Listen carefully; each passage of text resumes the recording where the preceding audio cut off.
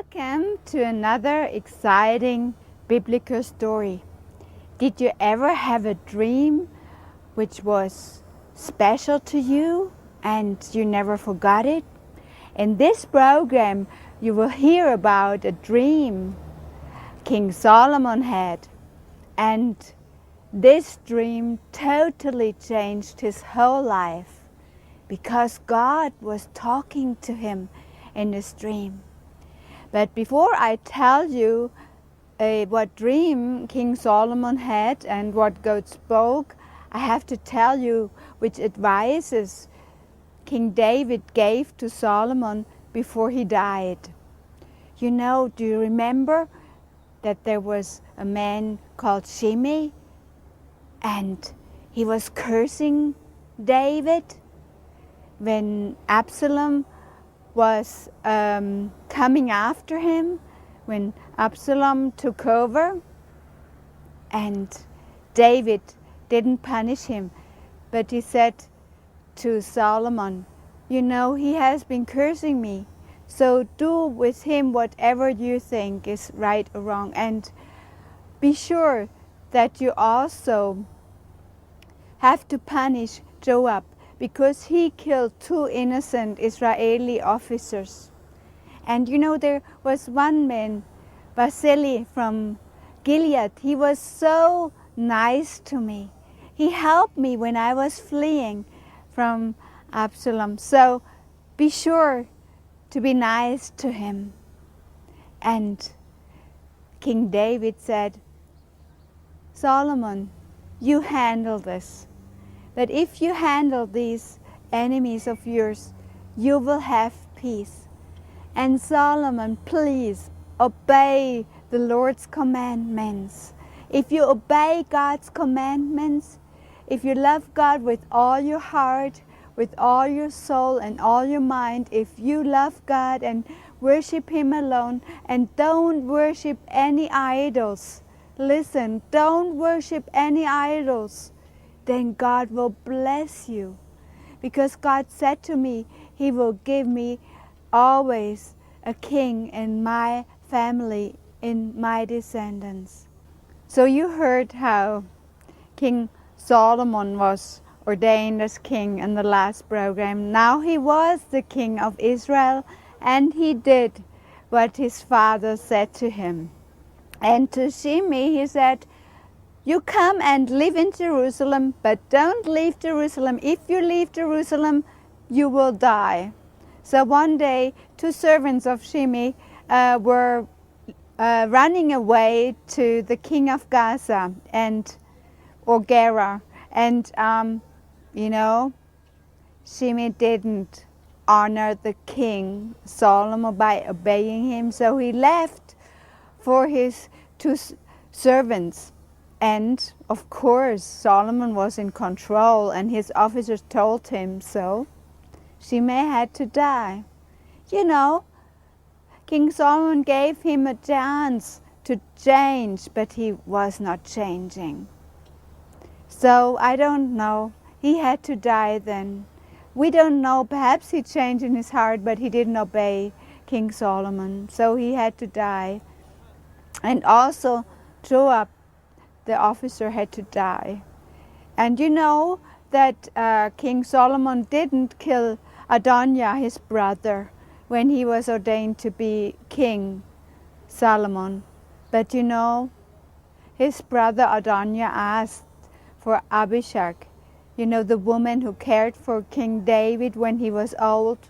And he spoke to Bathsheba about it and said, oh, please talk to King Solomon in behalf of me. I would like to have Abishag as my wife. And of course, Bathsheba did it. She talked to King Solomon, but you know, he got very, very angry because he knew this would be a trap, and his brother still wanted to be the king. So he had to die as well. Even he grabbed the altar. So there was no temple in Jerusalem. Solomon also went to the forbidden shrine, and he went up to Gibeon to worship God.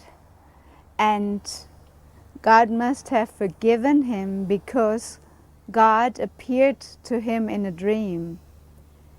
But you know what? In many, many countries, there are still people who worship idols. I was in one country and they were offering fruit sacrifices to God every day. And somehow God blessed the land with a lot of rain. But the people had no answer when they worshipped other gods. One day I met a boy. He was working in the hotel and his eyes were shining. And he lived in this country where they worshipped idols. And I said, your eyes are shining. Why are you so... you must believe in God because your eyes are so brilliant. He said, yes. From Germany, there came people who told me about Jesus. And I was able to go to a school to learn to read and write. And as a little boy, I asked Jesus in my heart. And he gave me peace and joy. And I prayed for 20 years for my family. And now my father is really old, and now he gave his life to Jesus just before he died. And when he died, he was about to die, he said, I go to Jesus. And you know what? The whole family now believes in Jesus, but all the other families in towns are against them because they still worship the idols and they put curses on them. But they have no harm because Jesus is protecting this family. And he said, I have to sometimes pray all night because during the day I have too much pressure in this village. So I pray all night. Oh, and I said, I can see in your eyes that you believe. And I'm so happy that German people were sent to your country and taught you about Jesus when you were a little boy. Yes, and he said, worshiping idols doesn't bring anything. You know, if some people pray to a Buddha or to other idols, they can't answer because they are not gods. People made these gods. But we can pray to the God of Abraham, Isaac, and Jacob, to the one God who created heaven and earth, and Jesus his Son. And Jesus his Son, he forgives us our sin if we ask him to do so and ask him in our heart. You can do it today too. But now we go back to King Solomon. Now the very famous dream comes. In that night he was sound asleep, and suddenly he heard a very strong voice. Solomon, ask me, and I will give it to you. God said that to him. And Solomon answered that, oh, you were with my father David, and he was so honest. But now I am the king. I don't know what is right and wrong. God, please give me wisdom that I can judge right. Give me wisdom that I know what is right and wrong, to lead your people and to do your will. And God loved it when Solomon said that. You didn't ask that I would kill your enemies. You didn't ask for riches. And that's why I'm gonna bless you with wisdom. And if you keep my commandments, God said, then I will be with you and you will live a long time on earth and your family will be blessed forever. But if you go away from me, if you worship heathen gods or idols, then I will take away and punish your people after you. So when Solomon woke up, it was a dream.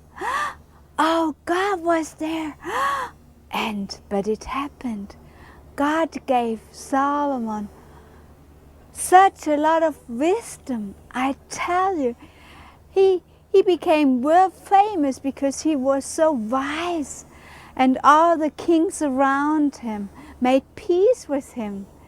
From Euphrates River down to Egypt, he even married the daughter of the king of Egypt and has had peace with Egypt and with all many other countries. He had totally peace. Isn't that wonderful? King Solomon also judged the people, so he had one place in his palace where people could talk to him. One day, two women came to King Solomon, and those two women, they lived in the same house, and both of them gave birth to a nice little boy. So one lady spoke up from the two women, said to Solomon, "Oh, I had been giving birth to a beautiful boy, but you know what happened 3 days later? I woke up and the boy was dead beside me, and I looked at his face and I saw, oh, this is not my boy. This is the boy of the other women, and we were all alone, so I had no witness in the house. And I said to the other woman, you have taken my boy and you put your dead little baby beside of me." But she said, no, this is my boy, this is my boy. And they were really arguing in front of King Solomon. And then King Solomon said, "Bring me a sword, because each of you says it's my little baby boy." So he was about to take the sword and cut the baby boy in half. Then one of the women said, don't kill my little boy, don't, please, let him alive. I will give this baby to her as long as he is alive. And the others say, oh, cut it in half so she won't have one and I won't have the baby. Cut it in half. So of course Solomon said, take the sword away. This woman who said she would give away her little baby is the real mother, and the other one is betraying her. So in all over Israel, the people talked about the wisdom of their new king, Solomon. But what would happen with his kingship, I will tell you in the next program.